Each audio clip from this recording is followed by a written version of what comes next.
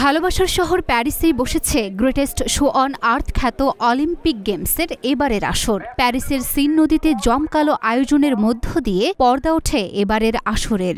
এই প্রথম স্টেডিয়ামের বাইরে হয় অলিম্পিকের উদ্বোধনী অনুষ্ঠান।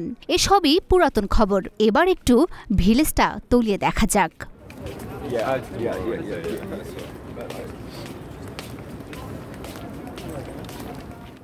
ফ্রান্সের রাজধানী প্যারিসের প্রাণকেন্দ্র থেকে ১৫ থেকে ১৭ কিলোমিটার দূরের শহর সেন্ট ডেনিস। সেই সেন্ট ডেনিসে গড়ে উঠেছে অলিম্পিক ভিলেজ। সেই ভিলেজে প্রায় সব দেশের ক্রীড়াবিদ ও সংগঠকদের আবাস। তবে খেলোয়াড়, কোচিং স্টাফ, কর্মকর্তার বাইরে অন্য কেউ শুধু অ্যাক্রেডিটেশন থাকলেই প্রবেশ করতে পারবেন না এই ভিলেজে। আবেদন, পূর্বানুমতি, হাজারো আনুষ্ঠানিকতা।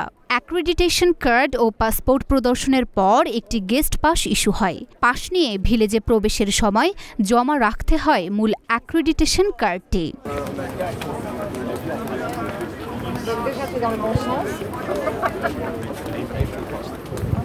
বৈশ্বিক এই আসরে প্রতিযোগিতা যেন শুধুই আনুষ্ঠানিকতা, বরং এর আদর্শ পৌঁছে গেছে মানুষের মনে মননে। যেমন একই ভবনে বাংলাদেশের সাথে আছে উজবেকিস্তান, চিলি সহ আরও কয়েকটি দেশ।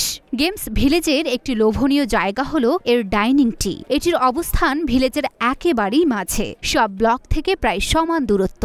ভিলেজের ভেতরেই রয়েছে আইওসির অফিসিয়াল পার্টনার স্যামসাং এর সুভেনির শপ। সেখানে cap, keyring, T shirt, mug, bag থেকে গেমসের সকল জিনিস পাওয়া যায়। তবে মন খারাপ হতেই পারে, দামটা যে একটু চড়া। এত ধর্ম, বর্ণ আর বিশ্বাসের খেলোয়াড়দের মধ্যে গড়ে ওঠা গ্রেটেস্ট শো অন আর্থ দেখতে দেখতে ফেরা যাবে মেইন মিডিয়া সেন্টারে।